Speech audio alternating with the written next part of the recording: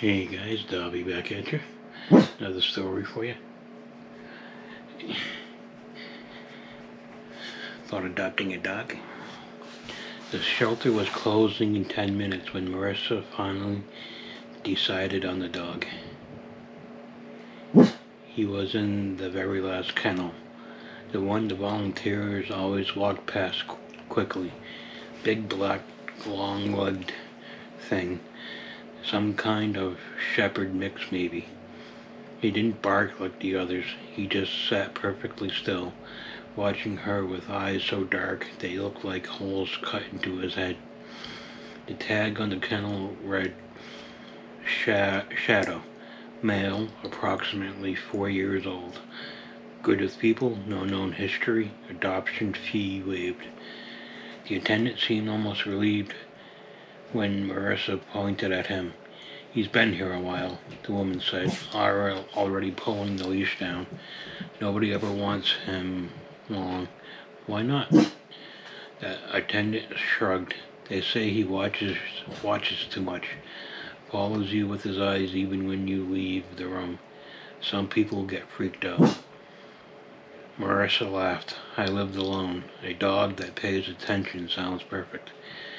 They did the paperwork fast. Shadow walked out beside her like he'd been waiting for her specifically.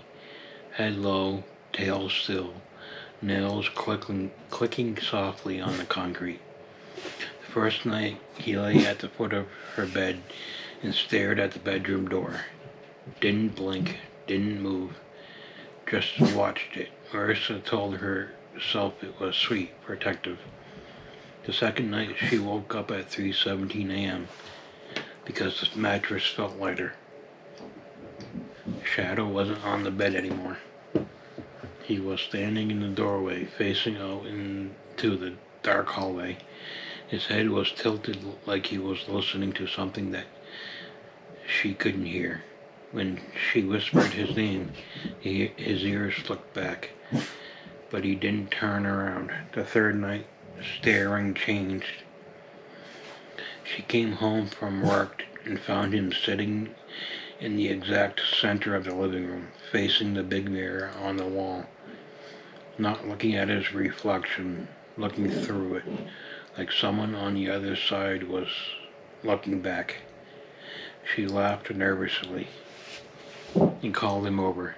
He didn't move, just kept staring into the glass. After a long minute, he finally turned his head toward her, slowly, and his eyes seemed deeper, blacker, like someone had poured more ink into them overnight. That weekend she started noticing small things. A wet footprint on the bathroom tile that was too big to be his. The way the hallway light would flicker once, exactly once, every time she said his name out loud. The faint sound of claws on hardwood, coming from rooms she'd already checked and found empty. On the eighth night, she couldn't sleep. She sat up in bed, hugged her knees, and stared at him. Shadow was lying across the threshold of her bedroom door again, facing outward, always facing outward. Shadow, she whispered, what are you watching for?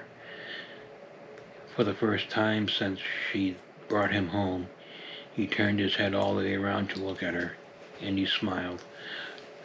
Not a dog smile, not the open mouth pant people call his smile.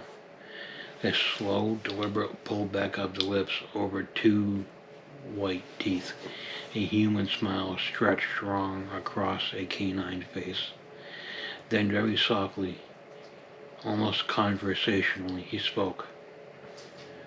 Not for, he said, voice like gravel dragged over wet concrete. I'm watching you. Marissa stopped breathing. He stood up, much taller than she remembered, and took one step backward into the hallway darkness. 8 days, he said. That's longer than most. He turned and walked away down the hall. Claws clicked once, twice, then silence. She never saw him again. But sometimes when she's home alone and the apartment's too quiet, she still feels watched. Not from the hallway, from the inside the mirror. And sometimes very late at night she hears claws again. They're always coming from the wrong side of the glass. Thanks for listening, guys. Like, subscribe, share, thumbs up, thumbs down, whatever floats your boat. And I'll see you in the next one. Bye.